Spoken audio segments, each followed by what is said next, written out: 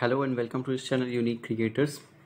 Mechanics की tutorial sheet 1 चल रही है। कंजर्वेशन लॉस की पार्ट 7 है। इसके बाद एक पार्ट और आएगा और इसके बाद हम अपने मेन टॉपिक्स पे फिर से रिटर्न करेंगे। Okay, so let's start here. So first question यहाँ पे है, what is a central force, give 2 examples of the central force. और इसके साथ में है, so that the angular momentum of the particle in a central force field is a constant of motion. ये हम पहले भी प्रूव कर चुके हैं। ओके, मैं एक बार फिर से दिखा दूंगा। और सेंट्रल फोर्स क्या है, give 2 examples of central force. इसमें आपको एक तो सेंट्रल फोर्स का एग्जाम्पल दे डेफिनेशन लिखनी है और एग्जाम्पल 2 देने हैं। Let's see. So first is what is central force. आपको एग्जाम इसकी डेफिनेशन लिखनी होगी यहाँ पे। ओके, जो भी सेंट्रल फोर्स क्या होती है, जो सिर्फ आर रिलेटेड जो फोर्स होती हैं वो सेंट्रल फोर्स के बोलते हैं उन्हें। जैसे कि आपका ग्रेविटेशनल फोर्स हो गया, इलेक्ट्रोस्टैटिक फोर्स हो गया। Okay, so F equal to F R R cap, जो सिर्फ पोजीशन डिपेंडेंट फोर्स होती है। ओके, यहाँ पे क्या होता है, एक मेन चीज़ होती है अबाउट सेंट्रल फोर्स के, यहाँ पे टाउ जीरो होता है। और अगर टाउ जीरो हो गया तो जे कांस्टेंट हो जाता है, क्योंकि टाउ के क्या होता है, D J by D T. J constant हो गया, प्लेनार मोशन आ जाता है। ओके, सो एक और चीज़ है यहाँ पे, ग्रेविटेशनल फोर्स। अगर हम ग्रेविटेशनल फोर्स, हमें एग्जाम्पल दिया हुआ है ये, तो फिर हम थोड़ा सा तो एक्सप्लेन करेंगे। ओके, ग्रेविटेशनल फोर्स कैसे एक सेंट्रल फोर्स है।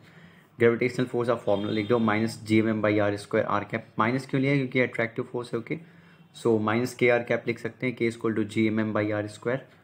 सो टाउ को हम रख देंगे आर वेक्टर क्रॉस माइनस के आर कैप, जो कि ये फोर्स का फॉर्मूला आ गया।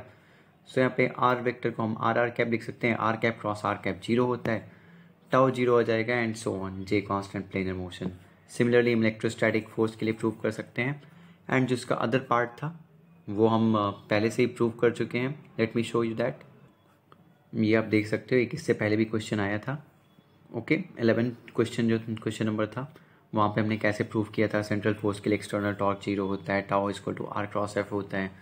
देन हम इसे 0 प्रूव कर देते हैं, D J by D T के इक्वल होता है tau, R cross P constant means J constant है, the particle will move in a planar curve only, central force field follows the law of conservation of angular momentum, and so on. So let's move to next question. Next question है, a proton is 1837 times heavier than an electron. Find the center of mass of hydrogen atom. Center of mass हमें निकालना है। It's quite easy, इससे related एक हम पहले derivation कर चुके हैं, अगर आपको याद हो, सेंटर ऑफ मास रिलेटेड। और सेम ये वैसा ही है।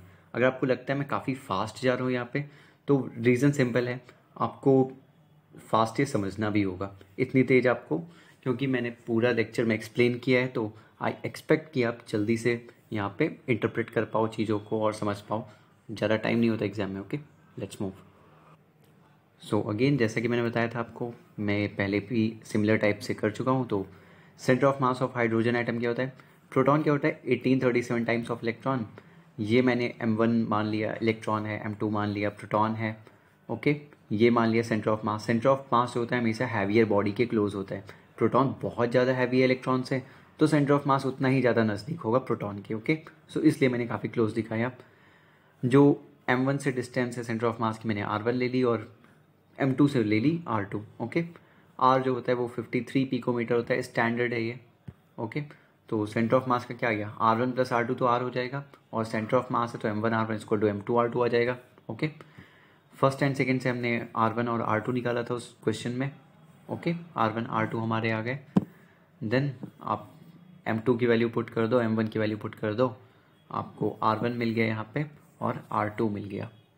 Simple as that. Centre of mass निकालना था हाइड्रोजन एटम का, और वो हमें मिल गया है। इलेक्ट्रॉन से कितनी दूरी पे है, r1 दूरी पे है, ये दूरी हो गई। r2 दूरी पे है प्रोटॉन से, ये दूरी हो गई। आप इसी फॉर्म में लिख सकते हो, या फिर और सिंप्लीफाई करने की कोई नीड होगी नहीं यहाँ पे। That is what we have to determine here. So ये क्वेश्चन भी हमारा एंड होता है। We will meet in next video, और तब तक के लिए आप मेरा और भी फॉलो कर सकते हो। एररलेस यूपीएससी PYQs में स्टार्ट किया हूँ, और I will cover minimum 10 years के तो मैं कवर ही करूँगा। और मेरी कोशिश रहेगी कि प्रीलिम्स आते आते उससे पहले मैं सारे के सारे 25 ईयर्स, जो भी 27-28 ईयर्स है, सारा का सारा कवर कर पाऊँ। Okay, so take care.